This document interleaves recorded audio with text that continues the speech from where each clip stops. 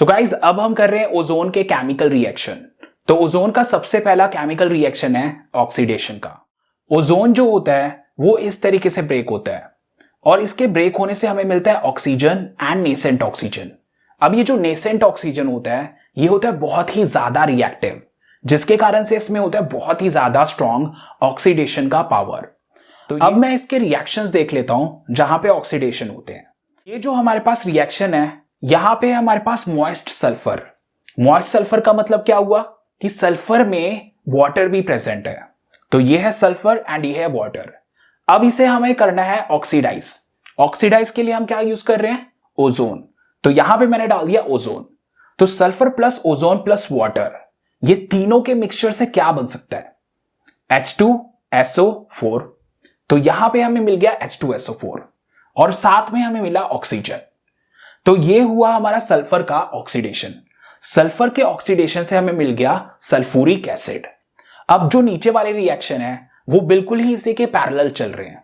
यहां पे हमारे पास मॉइस्ट फास्फोरस, और जब हम मॉइस्ट फास्फोरस का ऑक्सीडेशन करेंगे तो बिल्कुल ही पैरेलल ऊपर वाले की तरह यहां पे रिएक्शन होगा। तो यहां पे क्या होगा? फास्फोरस, ऑक्सीजन और वाटर ये सारे मिलके हमें क्या देंगे? H3PO4। और ये क्या होता है? Phosphoric acid. अब मैं देखता हूं आयोडीन। आयोडीन में क्या होगा? Iodine, oxygen, water. जब ये तीनों मिल जाएंगे, वाटर, आयोडीन, ऑक्सीजन, तो इससे हमें मिलेगा एक एसिड एंड वो एसिड क्या होगा? HiO3।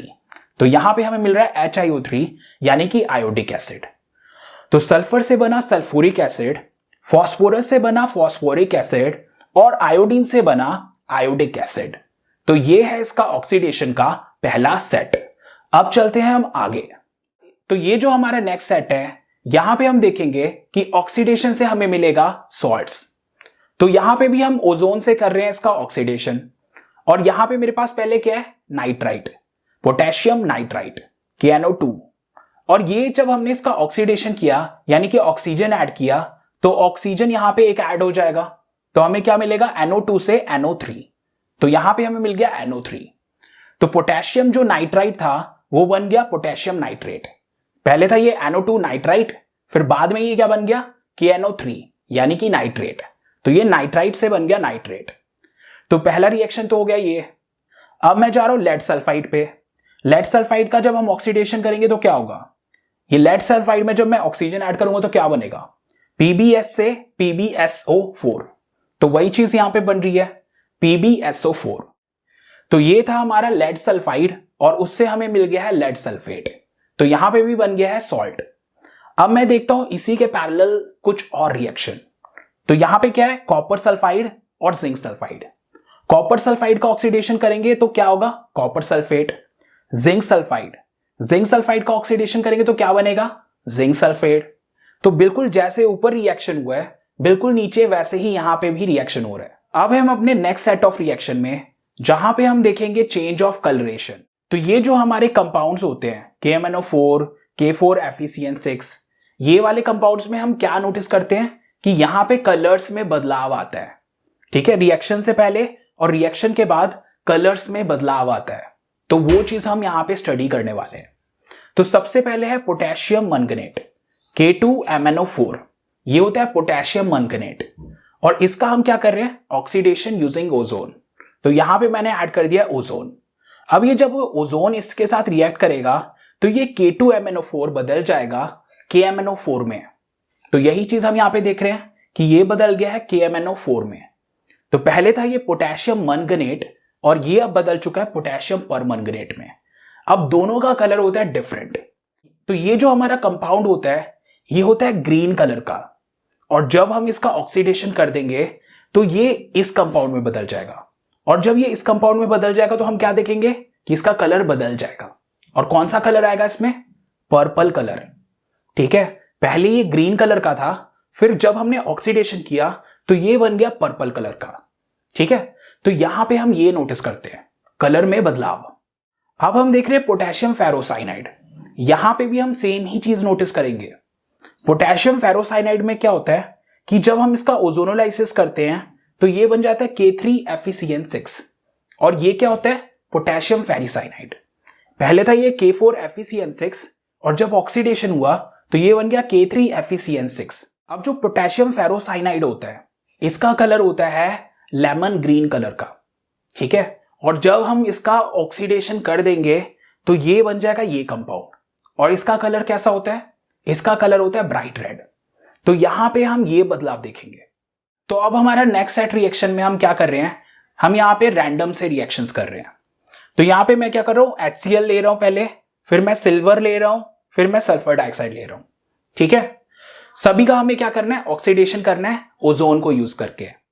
तो HCl प्लस ओजोन क्या देगा, जब हम HCl में ओजोन ऐड करेंगे तो यहां से हमें क्या मिल सकता है, H2O एंड क्लोरीन। तो यहां से हमें मिल जाएगा H2O, क्लोरीन एंड ऑक्सीजन, ठीक है। अब सिल्वर देख लेते हैं, सिल्वर का ऑक्सीडेशन करेंगे तो क्या मिलेगा, सिल्वर का जब हम ऑक्सीडेशन करेंगे तो क्या होगा, सिल्वर और ऑक्सीजन मिल जाएंगे, और सिल्वर और ऑक्सीजन मिलने से हमें क्या मिलेगा, सिल्वर ऑक्साइड।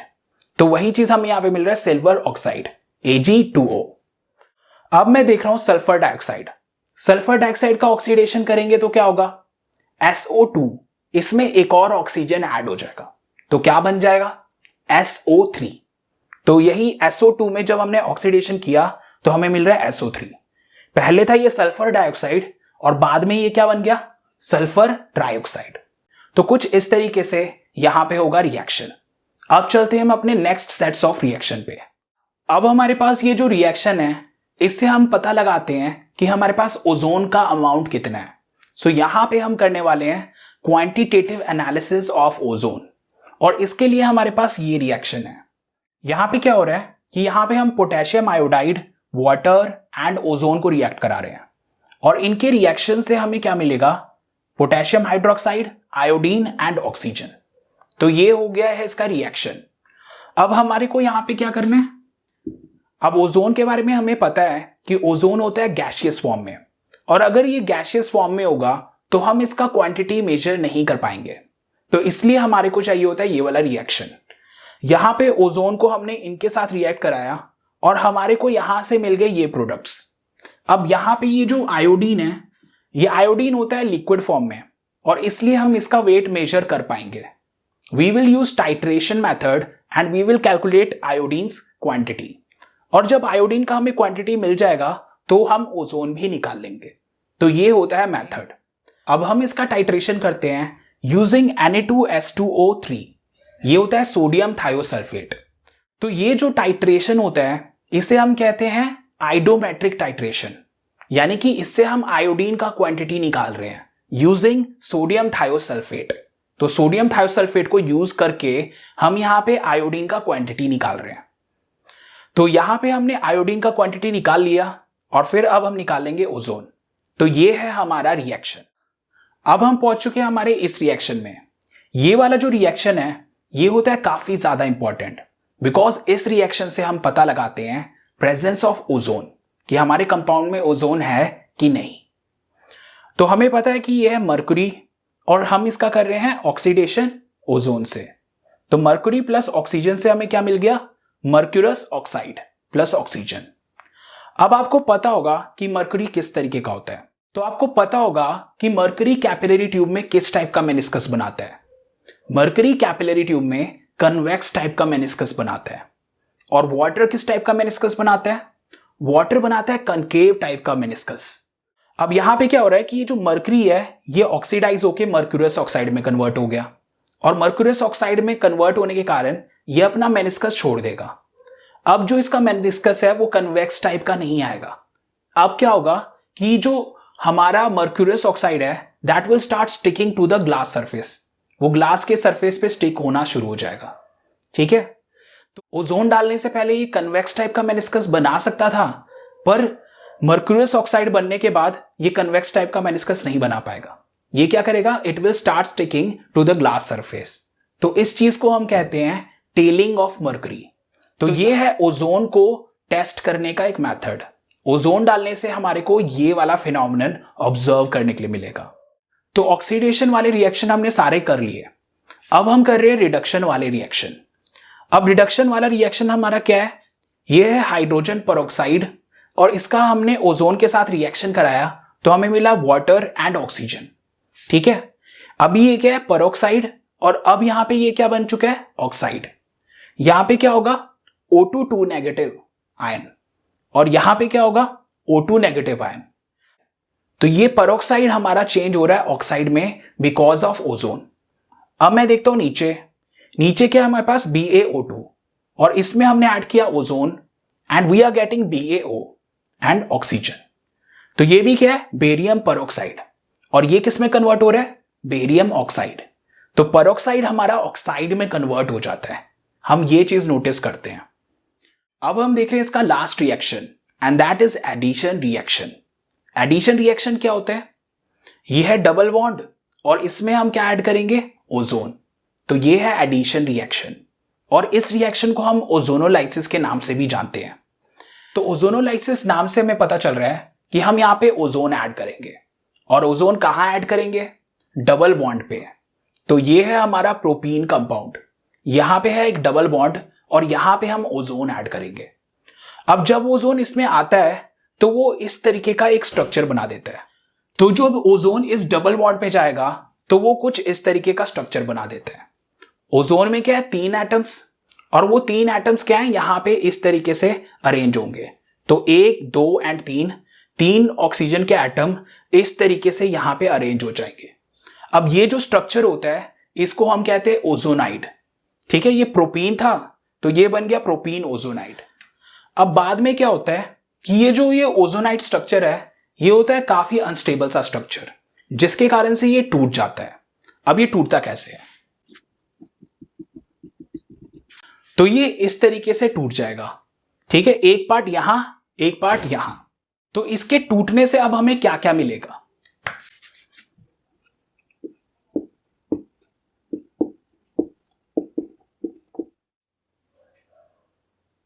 तो आप देख सकते हो कि ये 2 कंपाउंड क्या हैं, दोनों के दोनों कंपाउंड है एल्डिहाइड, यानी कि ओजोनाइड के टूटने से हमें मिला एल्डिहाइड। सो गाइज, ये था हमारा ओजोन पे video. I hope you like this video. For more videos like this, keep watching play chemistry. So I am Sumer Podar and you are watching Play Chemistry, and I will meet you in the next video.